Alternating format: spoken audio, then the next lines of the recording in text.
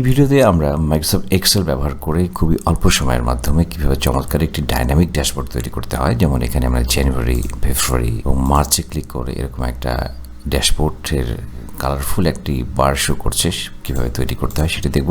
এবং পাশাপাশি দেখব যেমন এখানে সাধারণভাবে যখন আমরা একটি চার্ট তৈরি করি, সাপোজ এখানে ইনসার্টে গেলাম, আমি চার্টে ক্লিক করে এখানে যখন একটি চার্ট তৈরি করছি তখন এটি কিন্তু একটি কালার প্রদর্শিত হয়। তো আমরা কিভাবে এখানে আলাদা আলাদা কালার বার তৈরি করেছি সেটিও আমরা শিখব। চলুন তাহলে শুরু করা যাক। তো প্রথমেই এখানে একটি ডেমো ডেটা দেখতে পাচ্ছি আমরা এখানে, যে এখানে মাসের নাম্বার, মাসের নাম এবং ডিভিশন এবং সেলস রয়েছে আমাদের এখানে প্রথমে 1 দিয়ে মাসের নাম্বারটির আমাদের প্রয়োজন হবে, কারণ এটির উপর বেস করে আমরা আসলে এই ড্যাশবোর্ডটি তৈরি করব। তো প্রথমেই আমরা এখানে অপশন বাটনটি নিয়ে নেব ডেভেলপার ট্যাব থেকে।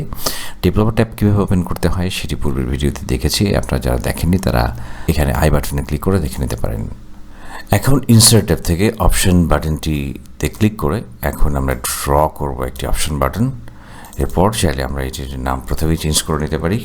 সাপোজ এটির নাম আমরা দিয়ে দিলাম জানুয়ারি।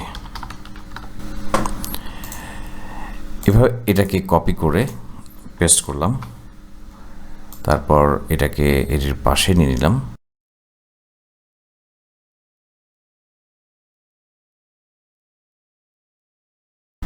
যদিভাবে সাজানোর পর এগুলোকে সিলেকশন করা না যায়, তারপরে হোম ট্যাবে যেয়ে তারপর ফাইন্ড এবং এখান থেকে সিলেক্ট অবজেক্ট, এভাবে সিলেক্ট অবজেক্টগুলোকে যে কোনো অবজেক্টকে সিলেক্ট করে এগুলোকে আমরা এগুলোর স্থান পরিবর্তন করতে পারবো।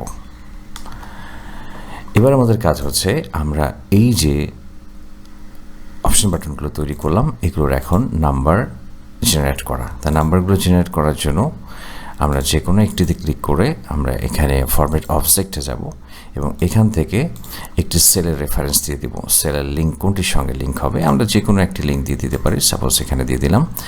দেওয়ার পর এবার আমরা জাস্ট ওকে করে দেব। তাহলে দেখুন এখানে 1 দেখাচ্ছে, এখানে ক্লিক করলে এটি এখন সিলেকশন অবস্থায় আছে, এটাকে আমরা জাস্ট সিলেক্ট করে দিই। দেখুন এখন এখানে 1 দেখাচ্ছে, এখানে 2 দেখাচ্ছে এবং এখানে 3 দেখাচ্ছে। তো এবার আমরা এটাকে চাইলে হাইড করে দিতে পারি। এখন আমরা এটাকে হাইড করে দেব বা এটার কালারটাকে জাস্ট হোয়াইট কালার করে দিলাম, তাহলে এটা ভ্যানিশ হয়ে গেল। আচ্ছা, এখন আমরা যেটি করব এখান থেকে ফিল্টার করে এখান থেকে ডেটাগুলো এখানে নিয়ে আসব। এখানে ফিল্টার ফাংশন ব্যবহার করব। আমরা ফিল্টার করব কোন সেলের ডেটাগুলোকে, এখানে এইটি হচ্ছে আমাদের ফিল্টার অ্যারে, টোটাল টেবিলের ডেটাগুলো, এই ডেটাগুলোকে আমরা নিয়ে আসব। কার উপর বেস করে নিয়ে আসবো, এখানে ইনক্লুড করব কাকে, এই যে নাম্বারগুলোকে, আমি এই নাম্বারগুলো আমাদের দরকার, এই নাম্বারগুলোকে আমরা সার্চ করব। কোনটাকে বেস করে সার্চ করব, এই যে একটু আগে আমরা যেটিকে দিয়েছিলাম, অর্থাৎ এখানে C5, এই C5 এখানে ইকুয়াল C5, অর্থাৎ C5 এর সঙ্গে এই যে মান্থের নাম্বারগুলো যখন সে পাবে সেই ডেটাগুলোকেই সেখানে শো করবে।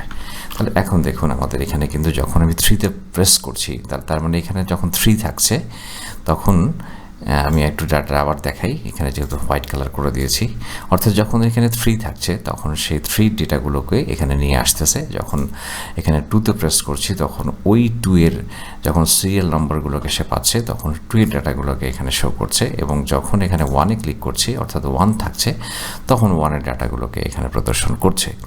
আমাদের এটির কাজ শেষ। আমরা এটাকে আবারও এখানে হোয়াইট কালার করে দিতে চাচ্ছি, যেহেতু ড্যাশবোর্ডটা আমাদের অ্যাট্রাকটিভ হওয়ার দরকার। আমাদের ট্রিক্সের মাধ্যমে আসলে কাজগুলো করছি, এই ট্রিক্সগুলো যেন এখানে ডিসপ্লে না হয়, আপনারা চাইলে রাখতে পারেন। এবার আমাদের যেটি কাজ হচ্ছে এখানে আমরা এখানে একটি চার্ট তৈরি করব। তো চার্ট তৈরি করার জন্য নর্মালি আমরা সিলেকশন করে নিচ্ছি এবং এখান থেকে ইনসার্ট ট্যাবে আমরা এখানে রিকমেন্ডেড চার্ট থেকে যে কোনো একটি চার্ট নিয়ে নিচ্ছি। তো এখানে এই চার্টটি আমি ব্যবহার করছি, এই চার্টটি চলে এসেছে। এরপর এটাকে আমরা একটু সাইজ ছোট করে ফেললাম, এখানে নিয়ে আসছি, এখানে জাস্ট এখানে বসিয়ে দিচ্ছি চার্টটাকে। ওকে, এখন এই চার্টের টাইটেলটি আমরা এখানে চেঞ্জ করে দিচ্ছি। এখানে আমরা লিখে দিচ্ছি monthly sales reports.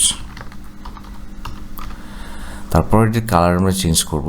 Colour change করব কোথায়, হোম ট্যাব থেকে জাস্ট এখানে একটা কালার দিয়ে দিলাম, চাইলে বোল্ড করতে পারি, যাই হোক এগুলো ফ্যাক্ট না। এখন আমরা এই টেবিলের যে বারগুলো রয়েছে এগুলো কালার চেঞ্জ করবো কীভাবে, এখন এখানে আমরা রাইট মাউস ক্লিক করে ডেটা সিরিজে চলে যাব, ফরম্যাট ডেটা সিরিজ, এবং এখান থেকে আচ্ছা গ্যাপটাকে আমরা কমিয়ে দেব। টেবিলের গ্যাপটাকে যদি আমরা কমিয়ে দিই তাহলে দেখুন টেবিলের এই গ্যাপটি যদি আমরা কমিয়ে দিই তাহলে বারগুলো বড় করে দেখাচ্ছে। এখন আমরা কালারটি চেঞ্জ করে দেবো, ফিলে যাচ্ছি এবং এখানে থেকে ভ্যারি কালার্স বাই পয়েন্ট, এখানে ক্লিক করলেও কালারগুলো চেঞ্জ হয়ে যাচ্ছে। তো এখন যদি এই কালারগুলো আমাদের পছন্দ হয় তাহলে রাখতে পারি, আর যদি আমাদের কালারগুলো চেঞ্জ করার প্রয়োজন হয় সেক্ষেত্রে একটাকে সিলেক্ট করবো। একটাকে সিলেক্ট করার পর আমরা এখানে আমাদের মতো করে কালার অ্যাপ্লাই করবো। সাপোজ এখানে আমরা রেড দিয়ে দিলাম, তারপর এখানে ক্লিক করে তারপর এটা একটি কালার দিচ্ছি আমরা গ্রিন কালার, এবং এটা এখানেই রাখলাম।